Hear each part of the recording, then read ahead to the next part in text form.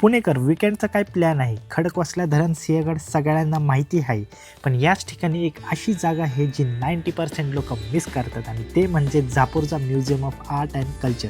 खडकवासला आणि सिंहगडच्या अगदी जवळ, पण तरीही अजून हिडन जेम. इथे फक्त म्युझियम नाही, इथे कला आहे, संस्कृती आहे आणि अनुभव आहे. 150-200 वर्षे जुने असे हे अँटिक चांदीचे पीसेस व एकदम असे सुंदर दागिने, ते पण खूप सारे वर्षांचे पाहून मन थक्क होऊन जाते. आणि इथे साडींचे जुने पेशवाई काळातल्या जुन्या साड्यांचे एकदम भव्य दालन आहे व त्याचबरोबर तुम्हाला इथं ट्रॅडिशनल कुचिपुडी डान्स पण अनुभवायला भेटतो, जेणेकरून ते पाहून मन एकदम आनंदी होऊन जातं. व हे दागिने मित्रांनो इतके जड होते, हे आम्ही पाहून एकदम थक्क झालो की हे पूर्वीच्या बाया कशा घालत असतील.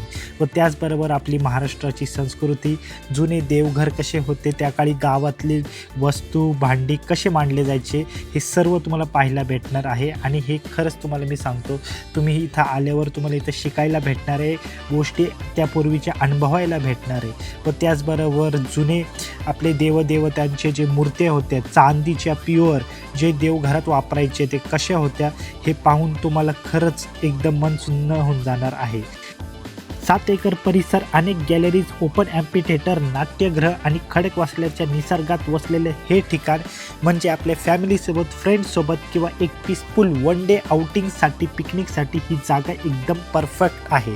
जर तुम्ही खडकवासला किंवा सिंहगडाला जाणार असाल तर झापूरचा म्युझियम नक्की व्हिजिट करा, मिस करू नका. पूर्ण व्हिडिओ यूट्यूबवर लाईव्ह आहे, भटकंतीवर आपल्या चॅनलला. तर मित्रांनो, असेच नवीन आणि भटकंतीचे व्हिडिओ पाहण्यासाठी लाईक करा, शेअर करा, सबस्क्राईब करा. धन्यवाद.